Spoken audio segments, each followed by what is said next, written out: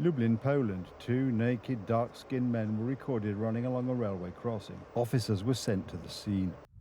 The men were without clothes and had no documents. The officers called an ambulance. At the same time, they determined that the men were Ethiopian citizens. In accordance with applicable regulations, an expert translator was called in to translate the language spoken by both men. The men were handed over to the border guard. They had marks on their hands indicating that they had been tied up. Therefore, this situation may involve some sort of organized crime. The authorities remained silent, citing the continuing nature of the investigation.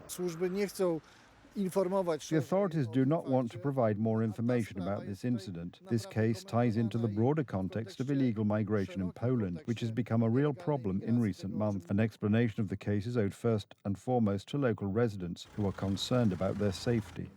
Bardzo mnie niepokoi to. Niech wracają do swojego kraju. No chyba tak.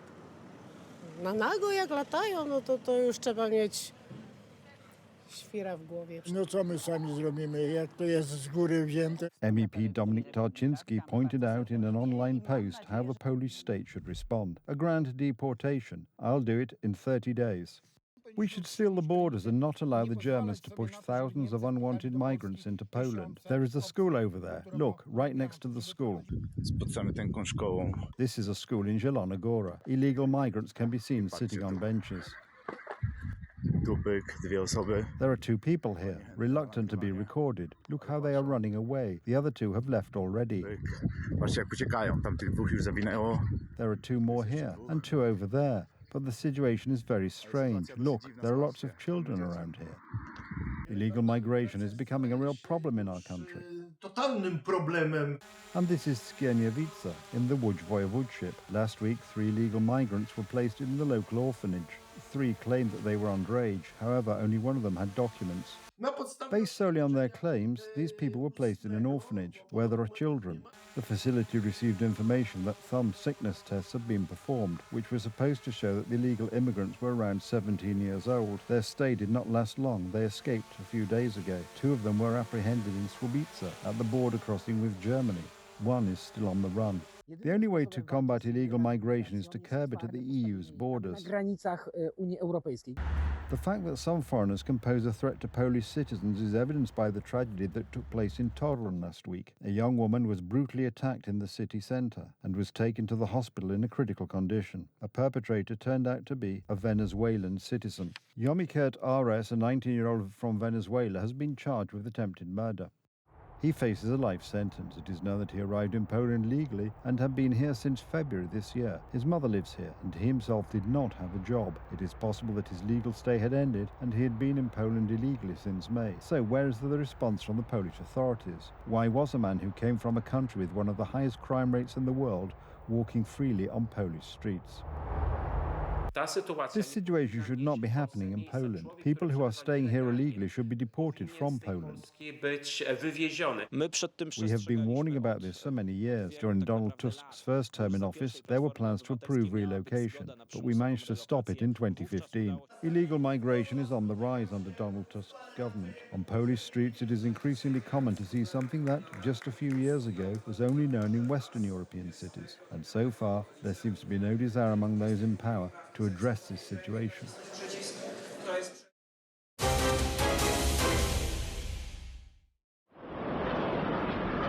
Iran struck early in the morning.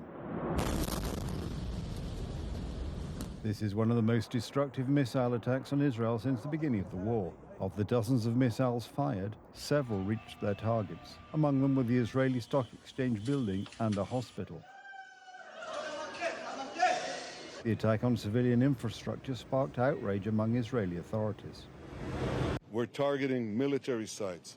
We're targeting nuclear sites. We're targeting missile sites.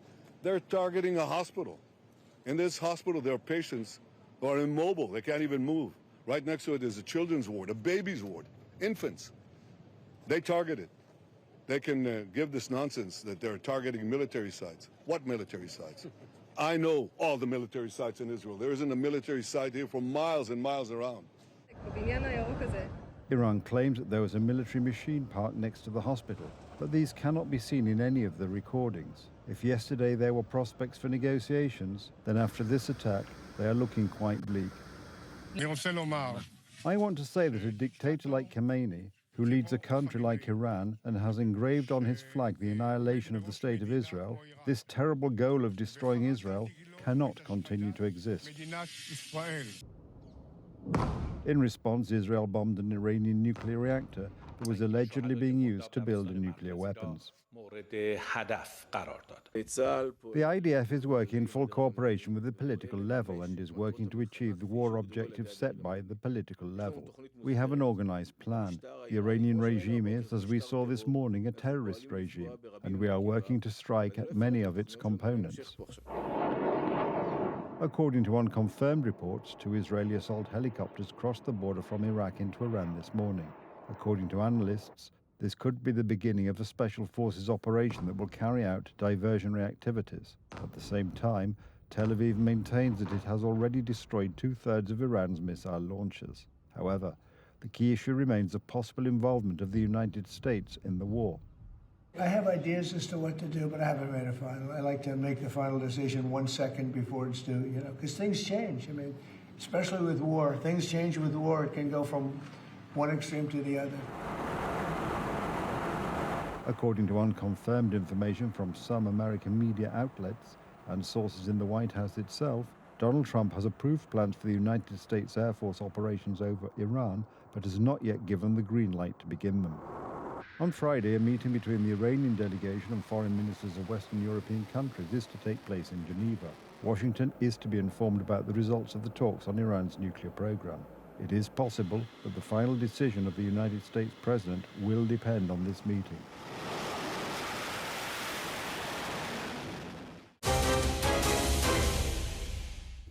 Today, a Starship orbital test vehicle exploded in Texas. The explosion occurred at the test site while the tanks were being filled with fuel, liquid oxygen, and methane. SpaceX engineers were planning to test fire the rocket engines, which is required before the vehicle can be approved for orbital flight. Elon Musk's SpaceX is building the world's largest rocket, with the aim of radically reducing the cost of spaceflight.